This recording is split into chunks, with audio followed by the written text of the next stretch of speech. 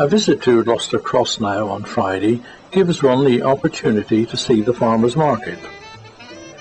Since the early hours, the local farmers and traders have been delivering, setting up and unloading their produce.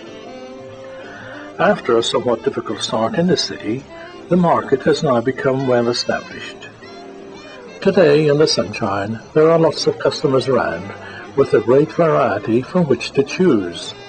Homegrown fruit, vegetables and flowers, also cheeses, breads and wines.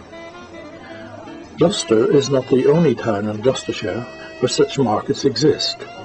Cheltenham, Stroud, Cirencester and Tewkesbury are just some of those who hold them. The popularity of the markets has grown in recent years, giving the shoppers the chance to buy direct from the farmers. They too also benefit, as prices here give them a better return than any deal with the large superstores. For the shoppers with fresh fruit and veg, perhaps it is a better deal all round for everyone.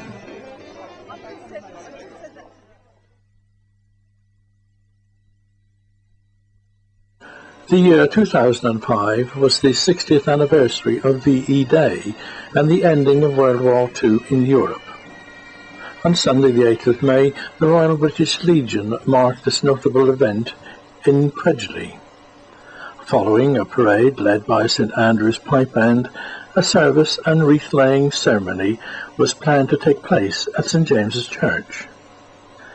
Here, representatives from the British Legion, armed forces, youth organisations, children, local dignitaries and council officers attended. This ceremony was just one of many to be held over this weekend, not only here in Gloucester, but throughout the whole of the United Kingdom and indeed worldwide. For some of the older members of the British Legion, this may be their last opportunity to pay their respects and to remember fallen comrades from so many years ago.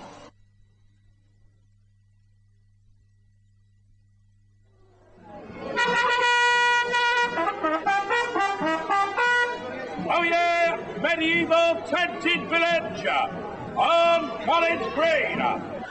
Another event now being held in Gloucester on an annual basis is the ever-popular Medieval Fair.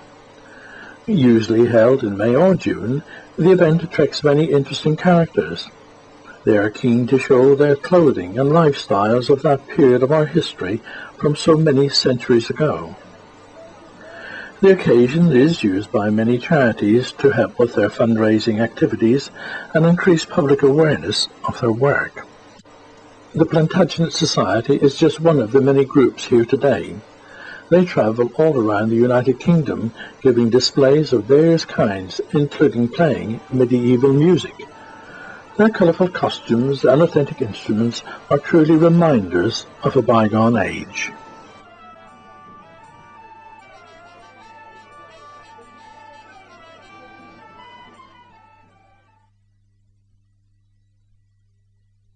Whereas the events in the previous film are on an annual basis, it took 100 years to organise this event.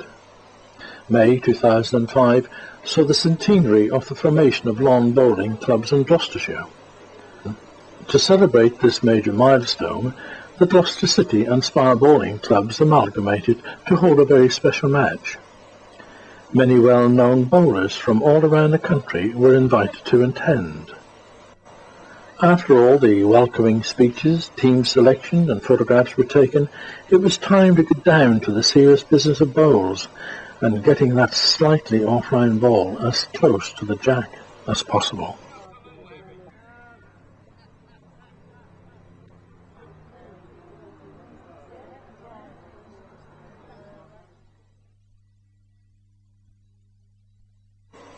A typical scene of Gloucester docks on a warm summer's day in early summer. But today, as well as the usual ships and boats to be found here, there are two special arrivals. HMS Charger and HMS Whiter have arrived for a few days as part of their tour of the British Isles. With the limitations of the canal depth and width, only certain sized vessels can proceed to Gloucester docks. Fortunately, Charger and Whiter both meet the requirements. members of the public were welcomed aboard to see the workings of the two craft, and many, including myself, took the opportunity to do so, and we were all made most welcome. A very interesting experience.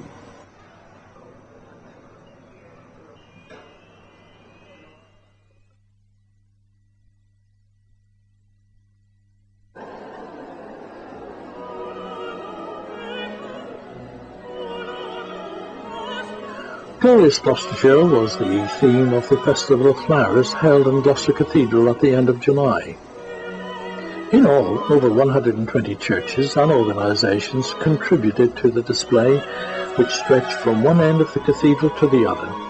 All possible spaces, nooks and crannies were filled.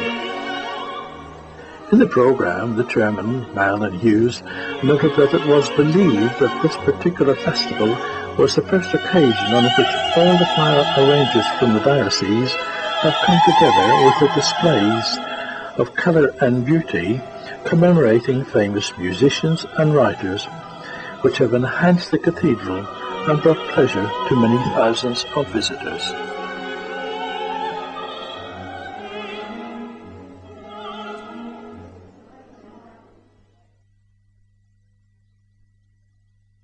The 15th of September, a new life, jobs and business have come to the former cattle market with the opening of this B&Q store.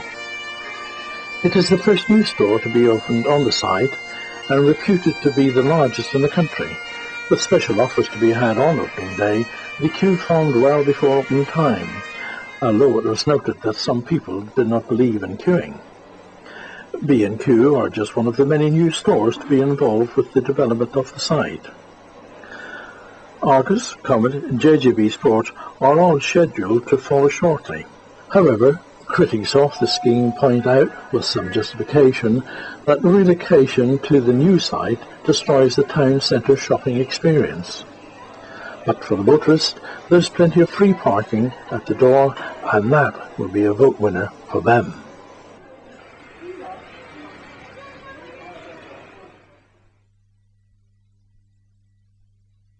A visit to Gloucester Docks during October proved to be very enlightening.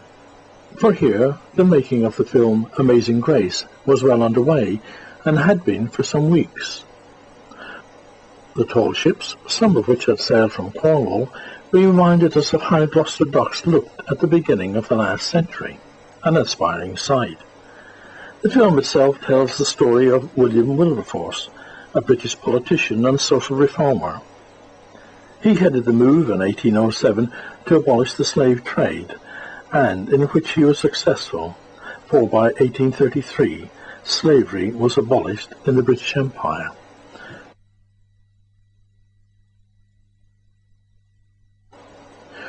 The completed film will be on general release during 2006. Public access was allowed to one side of the docks, enabling good viewing of the action and process of professional filmmaking.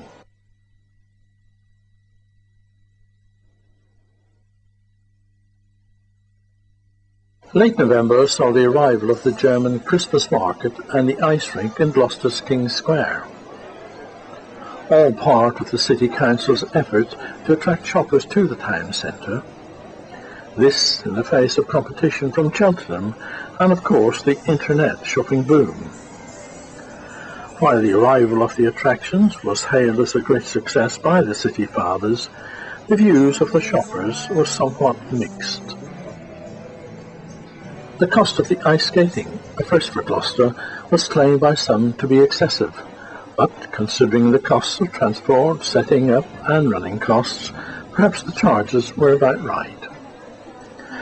The German market traders and ice rink owners both expressed disappointment with their turnover. It would be very interesting to see if they both return to King's Square next year. We shall just have to wait and see, won't we? As we drive around the city of Gloucester during December, we cannot fail to notice the great increase in external Christmas decoration to private homes. This house is located in Elmbridge Road, and the owner has been putting on a display now for many years. Preparatory work starts in October, and very much dependent on the weather before the first switch-on takes place. Each year it gets bigger, more figures and bulbs are added, with frequent pictures in the local press.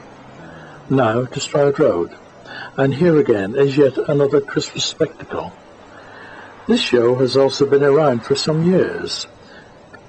People, myself included, travel some miles to admire the work. Donations are made to charity. Over the recent years, some thousands of pounds have been raised, a very worthy effort by the owner and much enjoyed by adults and children who come to see and admire.